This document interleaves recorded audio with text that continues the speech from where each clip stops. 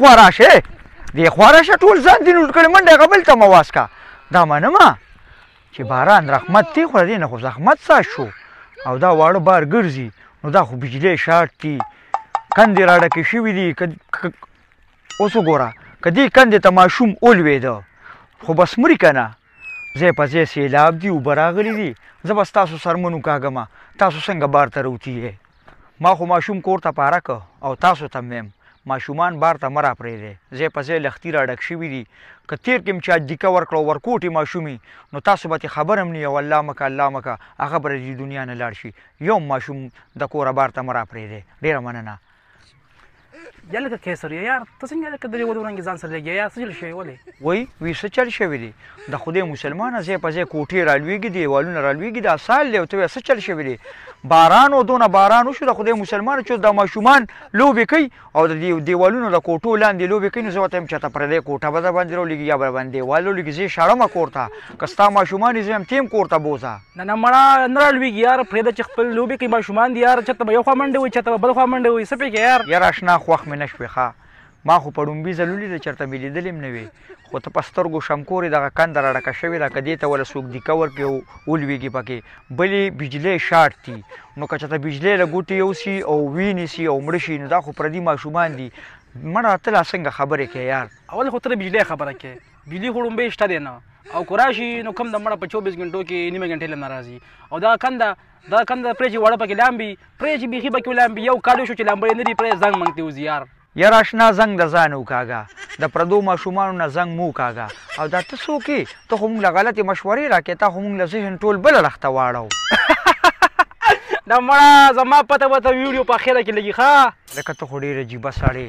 زما ټیم هم برباد دی او ځان لم ستا خواس هم برباد دی ما ته پته ده خو زما ټیم مه بربادوه د الله نه سوال کوه چې الله پاک دې باران له صبر ورکي ټیک ته رحمت دی خو بس باقي دې زحمت جوړیږي نو بس الله رب العزت ته د باران ودرئ دغه سوال کوه او ما له لار راکړه چې زه نه ځمه راځه راوړه یار زما نور هم شل کارونه دي زه به هم لټوم راځه خو ستره غوسه کېږي مړه راوړه راځه درز رانه کې پاکې ځه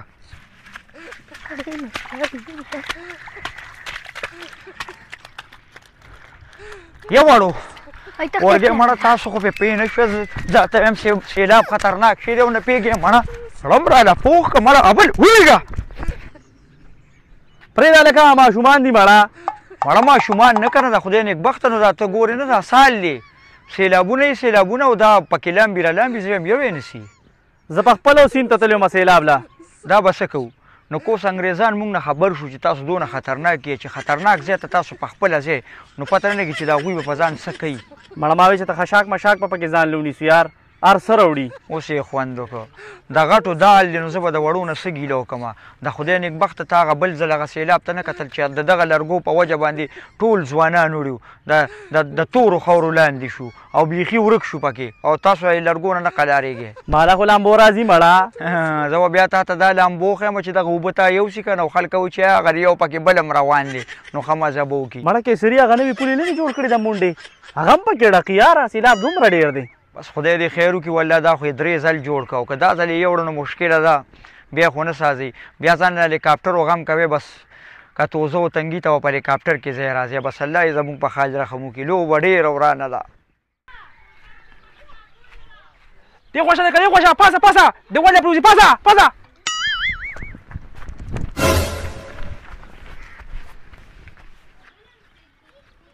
یاره حاجي صاحب خدای دې د سره خو کړي دا ته څوک یې تا خو زه د مرګه بچ کړم زه شیطان چې شیطان یې زه یې د مرګه ولې بچ کړم